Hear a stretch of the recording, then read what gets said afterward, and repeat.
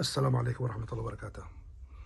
شباب، اليوم معنا درس خفيف وبسيط بس مهم جدا، لأن هذا بينشط يدك، بيخلي يدك الخمسة الأصابع تتحرك بسلاسة فوق الكيبورد. أوكي، بنبدأ مثلا 1 2 3 4 5. أوكي، سميناهم 1 2 3 4 5. أوكي، نبدأ 1 2 3، نرجع 1. اوكي، 1 2 3 1. بعدين نبدا 2 3 4 5. شوف، اخذنا السبعه المفاتيح بخمس اصابع باليد واحده. 1 2 3 1 2 3 4 5. وصلت الفكره؟ نعيدها. 1 2 3 1 1 2 3 4 5. again 1 2 3 1 2 3 4 5. العكس الآن. 5 4 3 1. اللي هو بيجي معنا الأربعة 3 2 1. 5 4 3 1 3 2 1. خبطت أنا. اوكي again.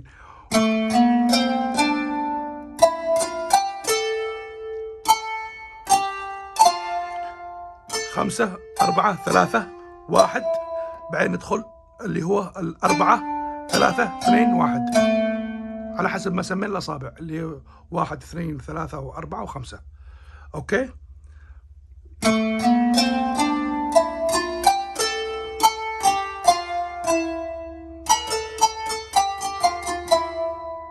بعدين نرجع 4 3 2 1. 5 4 3 1 4 3 2 1. أنا الحين أمشي معكم على حسب ما رقمنا الأصابع، على حسب ما قلنا 1 2 3 و4 و5. مشينا عكس، هذا بيكون الخامس، الرابع، الثالث. بعدين هذا رقم 1 1. بعدين نرجع مفتاح رقم 4 3 2 1. حتكون الطريقة النهائية يعني بعد إن شاء الله البراكتسينج والمحاولات إن شاء الله بيكون.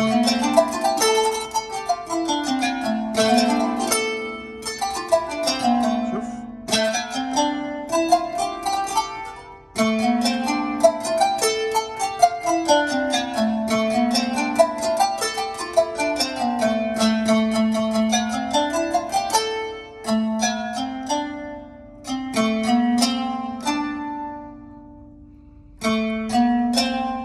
شوف من تحت جيبها.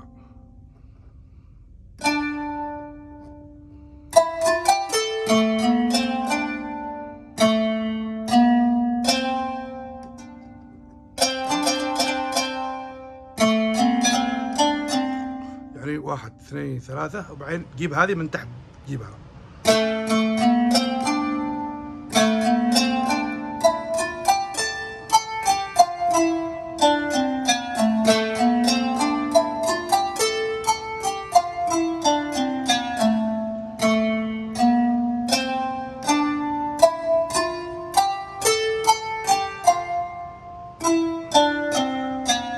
اختبطت انا،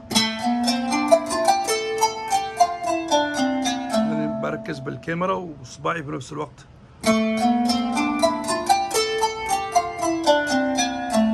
وان شاء الله انه يكون الدرس مفهوم، واذا في اي استفسارات او اي طلبات او اي تعليقات ان شاء الله نحن بخدمتكم ان شاء الله باذن الله. ونحاول احاول صراحه ان انا استهدف الشباب اللي لسه يعني عادهم لسه خام، عاده مش عارف كيف ينتقل، مش عارف كيف. فانا حاب اساعدهم. اكيد في غلطات، اكيد في غفوات، اكيد احنا يعني كلنا متعلمين. انا ما درست بس يعني هاوي. فالقنوات كلها ما في اي قناه يعني واحد عملها من العزيفه اليمنيين ما شاء الله معنا، يعني من احسن العزيفه. الاورجات، الكيبوردات يعني مذهلين جدا. بس ما في قناه يعني تعليميه للشباب. فصراحه انا لما شفت انه ما في شيء فتحمست، قلت صراحه ان انا اعمل غنى يعني خاصة بنا نحن كيمنيين. وإن شاء الله إذا في أي تعليقات أو في شيء أنا مستعد إن شاء الله أجاوبكم على أي أسئلتكم وأي استفساراتكم، وإن شاء الله نشوفكم في دروس ثانية، وبنتكلم إن شاء الله على المقامات إن شاء الله، وإيش المقامات اليمنية اللي دائما ما نشتغلها. وخلاص خلصت إن شاء الله الحلقة اليوم، إن شاء الله بإذن الله نشوفكم في فيديو ثاني، والسلام عليكم ورحمة الله وبركاته.